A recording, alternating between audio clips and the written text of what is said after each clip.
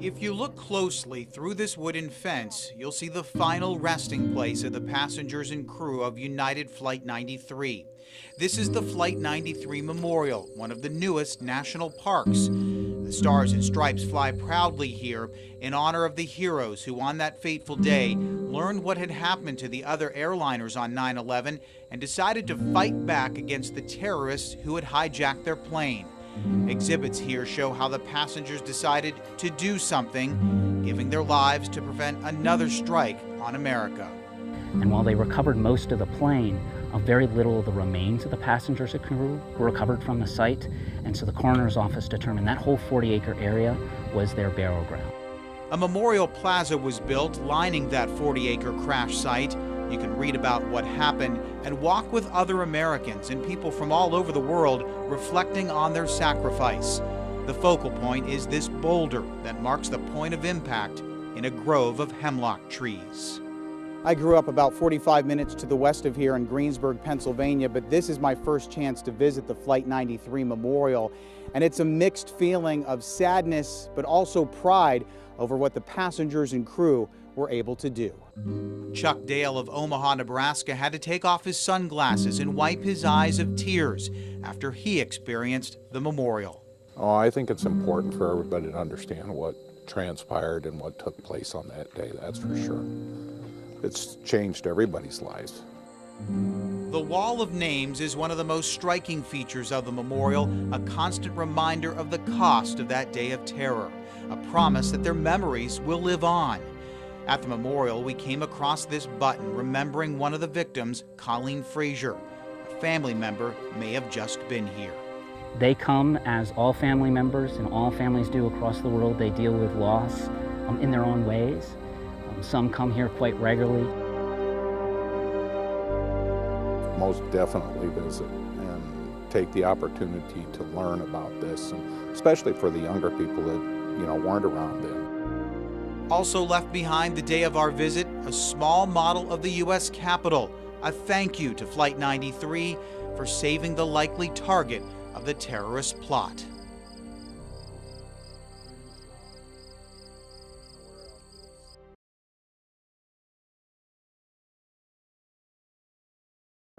I was an armored crewman, which is Abrams operator, tank, and I served for 4 years.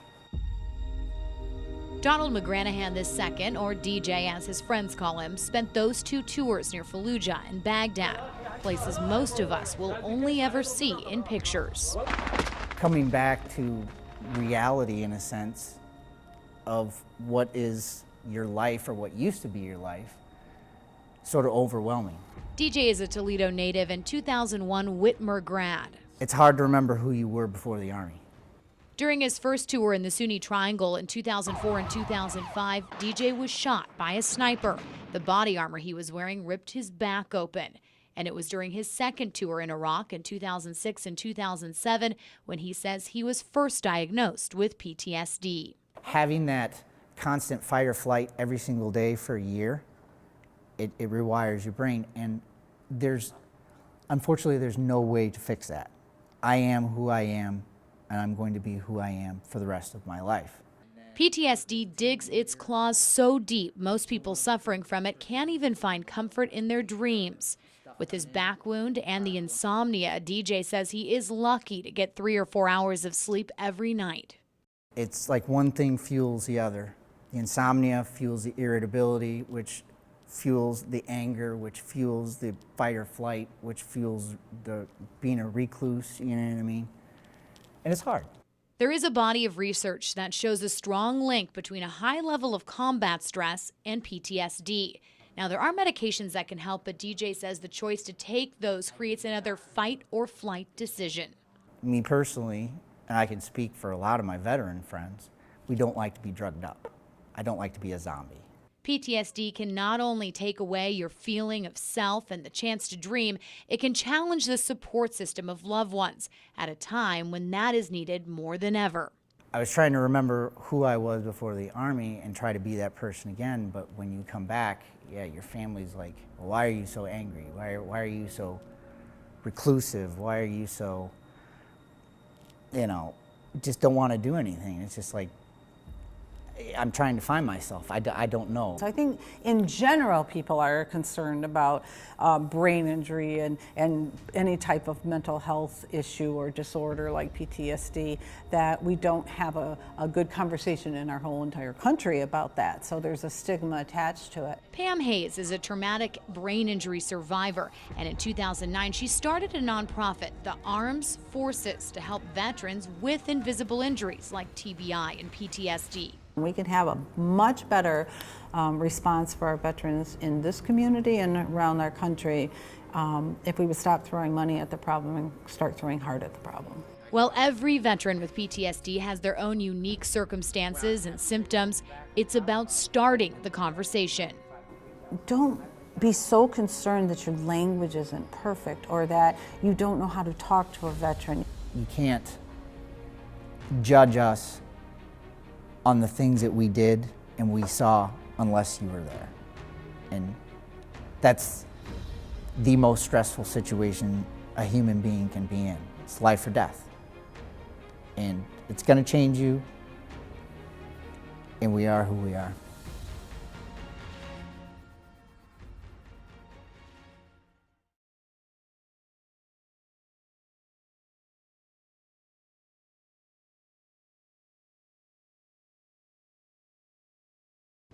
The Chesapeake Bay looks like a postcard at every corner, an amazing place to watch a sunset or kick off your shoes for a walk on the beach.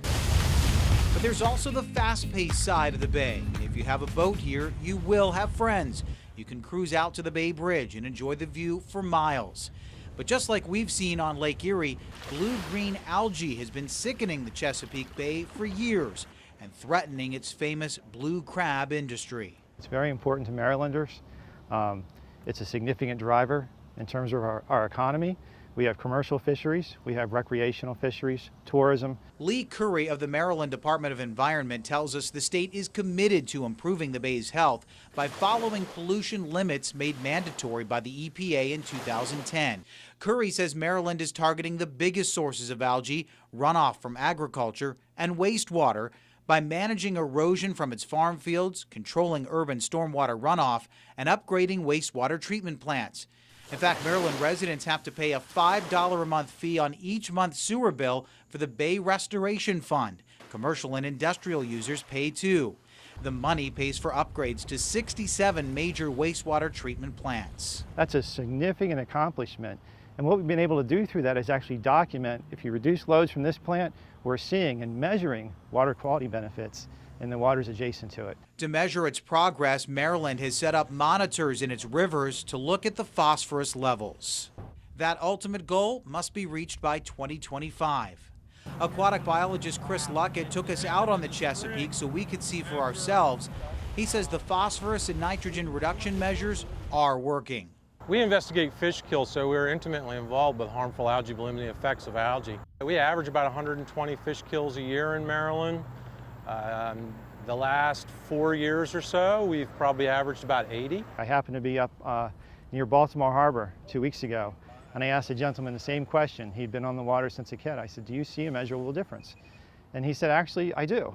He's like, the water looks a lot cleaner. The report also says farms on this list are still getting taxpayer funds, even though phosphorus levels in the watershed are climbing. You can guess the report is not being well received by the farms that are listed. This is the Baker Lads Dairy Farm in Clayton in Lenawee County. Blaine Baker says you never like to have a target on your back, but that's what's happening with the manure report.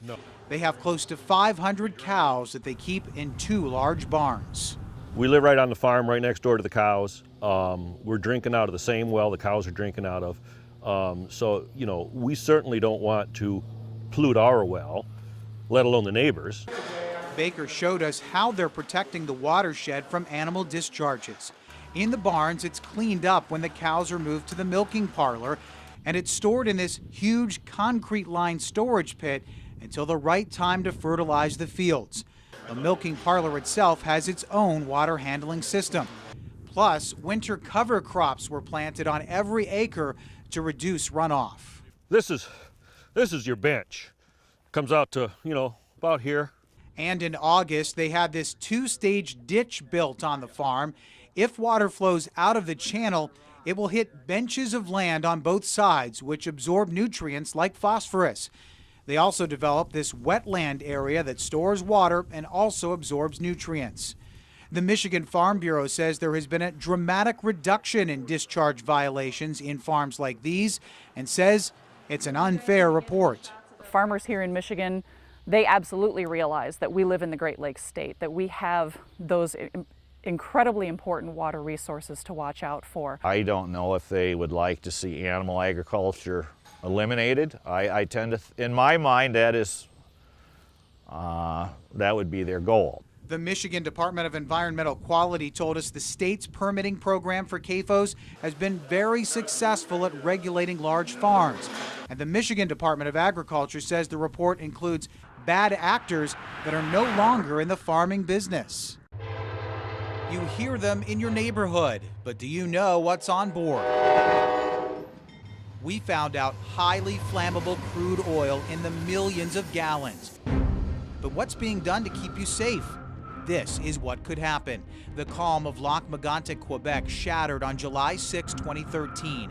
A train carrying flammable crude oil derailed and exploded. The downtown was leveled. 47 unsuspecting people were killed. And this February, 27 CSX cars carrying the oil derail in West Virginia. The Quebec disaster prompted the U.S. Department of Transportation to issue this order last May, aimed at rail companies that haul 1 million or more gallons of crude oil in a single train from the Bakken region of North Dakota. The order forces rail companies to share with state emergency management leaders the route and estimated number of trains carrying the oil each week. And we wanted to know how much was coming through our area. Norfolk Southern also transports the oil on its B line through Paulding, Putnam, Hancock, Seneca, Sandusky, and Erie counties, and on their T line through Ottawa County and Sandusky County's Fremont, Clyde, and Bellevue. CSX hauls 15 to 30 trains a week with the crude oil through Defiance and Henry counties alone, sending other shipments through Hancock and Wood counties and through Seneca County weekly. And Canadian Pacific moves 2 to 4 trains a week with 1 million gallons of crude oil through Williams and Fulton counties. That means at least 30 to 62 million gallons of Bakken crude oil is traveling through our area every week, and in Quebec it took only about 2 million gallons of exploding oil to level that town. We deal with a lot of hazardous materials moving through Northwest Ohio at any given point on any given day.